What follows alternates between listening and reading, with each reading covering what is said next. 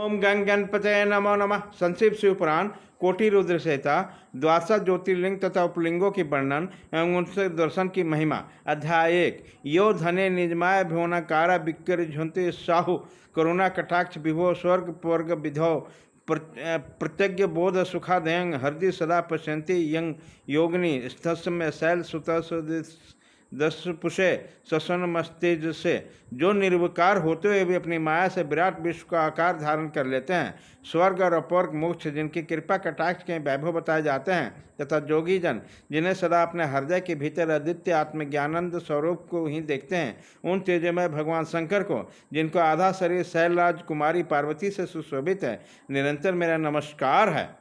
कृपा ललित वीक्षणम स्मित मनोज्ञ वक्तरम अम्बुजम शशांग कलयोजोलम समित घोरोत्रा पत्रयम करोतु किमपि स्फुत्र सौख्य सचिदपम धराधर सुता भुजोद ललितम महामंगलम जिनकी कृपा बन चितवन बड़ी ही सुंदर हैं, जिनके मुखारबिंद मंद मुस्कान की छटा से अत्यंत मनोहर दिखाई देती है, जो चंद्रमा की कला से परम उज्ज्वल है, जो आध्यात्मिक आदि तीनों तापों को शांत कर देने में समर्थ है, जिनका स्वरूप सचिन्मय एवं परमानंद रूप में प्रकाशित होता है, तथा जो गिरजानंदिनी पार्वती के भुजपास से आविष्टित है, जो शिव नामक कोई अवर्चनीय तेज पुरुष से सबका मंगल करे।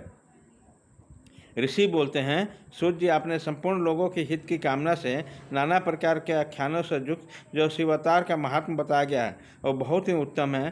तात आप पुनः शिव के परम उत्तम महात्मा का तथा शिवलिंग की महिमा का प्रसन्नतापूर्वक वर्णन कीजिए। आप शिव भक्तों में श्रेष्ठ हैं, अतः धन्य है प्रभु। आपके मुखारबिंद से निकले हुए भगवान शिव के स्वरूप में यह रूपी अमृत का अपने कर्णपुटों द्वारा पान करके हमें तृप्त नहीं हो रहे हैं, अतः फिर उसी का वर्णन कीजिए। व्यास से भूमंडल में तीर्थ जो शुभलिंग है अथवा अन्य स्थानों में जो प्रसिद्ध शिवलिंग विराजमान है, परमेश्वर शिव के उन सभी दिव्य लिंगों के समस्त लोगों के हित की इच्छा से वर्णन कीजिए। सूर्य जी ने कहा, महर्षियों, संपूर्ण तीर्थ लिंग में है, सब कुछ लिंग में ही प्रतिष्ठित है, उन शिवलिंगों की कोई गणना नहीं है, तथापि मैं उनका किंचित वर्णन करता हूँ। जो कोई भी दृश्य देखा जाएगा तथा जिनका वर्णन और स्मरण किया जाता है, वह सब भगवान शिव का ही रूप है। कोई भी वस्तु शिव के स्वरूप से भिन्न नहीं है। साधु श्रीमुनि, भगवान शंभु ने सब लोगों पर अनुग्रह करने के लिए देवता, असुर और मनुष्यों से तीनों लोगों को लिंग रूप से व्याप्त कर रखा है। समस्त लोगों पर कृपा करने के उद्देश्य से भगवान महेश्वर तीर्थ में अन्य स्थलों में भी नाना प्रकार के लिंग धारण करते हैं। जहाँ जहाँ जब जब भक्तों ने भक्तिपूर्वक भगवान शंभु का स्मरण किया, तहाँ तहाँ तब तब अवतार लेकर कार्य करके वो स्थिर हो गए। लोगों का उपकार करने के लिए उन्होंने स्वयं अपने स्वरूपभूत लिंग की कल्पना की। उस लिंग की पूजा करके शिवभुक्त पुरुष अवश्य सिद्धि प्राप्त कर लगता है। ब्राह्मणों, भूमंडल में जो लिंग है उसकी गणना नहीं हो सकती, तथापि मैं प्रधान शिवलिंगों का परिचय देता हूँ। मुनि श्रेष्ठ शौनक, इस भूतल पर जो मुख्य ज्योतिर्लिंग हैं उनका आज मैं वर्णन करता हूँ। उसका नाम सुनने मात्र से पाप दूर हो जाता है। सौराष्ट्र में सोमनाथ, श्रीशैल पर मल्लिकार्जुन, उज्जैनी में महाकाल, ओकार तीर्थ में परमेश्वर, हिमालय के शिखर पर केदार, डाकिनी में भीमशंकर, वाराणसी में विश्वनाथ, गोदावरी के तट पर त्र्यंबकम, चिताभूमि में वैद्यनाथ, द्वारकावन में नागेश, सेतुबंध में रामेश्वर तथा शिवालय में घुष्मेश्वर का स्मरण करें। जो प्रतिदिन प्रातःकाल उठकर इन 12 नामों का पाठ करता है, वह सब पापों से मुक्त हो संपूर्ण सिद्धियों का फल प्राप्त कर लेता है। मुनीश्वर, जिस मनोरथ को पाने की इच्छा से श्रेष्ठ मनुष्य इस 12 नामों का पाठ करेंगे, वह इस लोक और परलोक में उस मनोरथ को अवश्य प्राप्त करेंगे।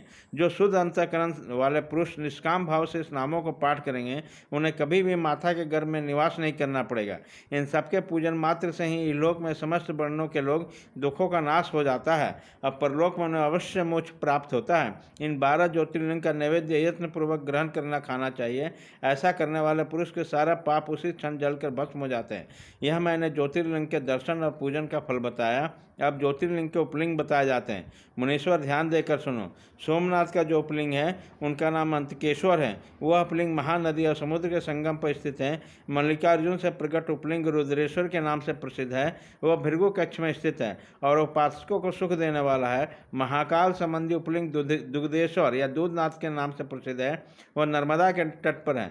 वह समस्त पापों का निवारण करने वाला है। ओकारेश्वर संबंधी उपलिंग कर्मदेश्वर नाम से प्रसिद्ध है। वह बिंदु सरोवर के तट पर है और उपासक को संपूर्ण मनोवांछित फल प्रदान करता है।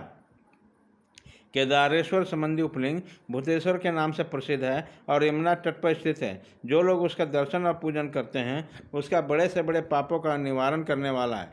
भीमशंकर संबंधी उपलिंग भीमेश्वर नाम से प्रसिद्ध है। वह भी शंख पर्वत पर स्थित है और महान बल की वृद्धि करने वाला है। नागेश्वर संबंधी उपलिंग का नाम भी भूतेश्वर ही है। वह मल्लिका सरस्वती के तट पर स्थित है और दर्शन करने मात्र से सब पापों का हर लेता है। रामेश्वर से प्रकट हुए उपलिंग को गुप्तेश्वर तथा घोषमेश्वर से प्रकट हुए उपलिंगों को व्याघ्रेश्वर कहा गया है। ब्राह्मणों, इस प्रकार यहाँ मैंने ज्योतिर्लिंग को उपलिंगों का वर्णन किए परिचय दिया। ये दर्शन मात्र से पापहारी और संपूर्ण अभिष्टों के दाता होते हैं। मुनीश्वर, ये मुख्यता को प्राप्त हुए प्रधान प्रधान शिवलिंग बताए गए हैं। अब अन्य प्रमुख शिवलिंगों का वर्णन सुनो। अध्याय 1 खत्म।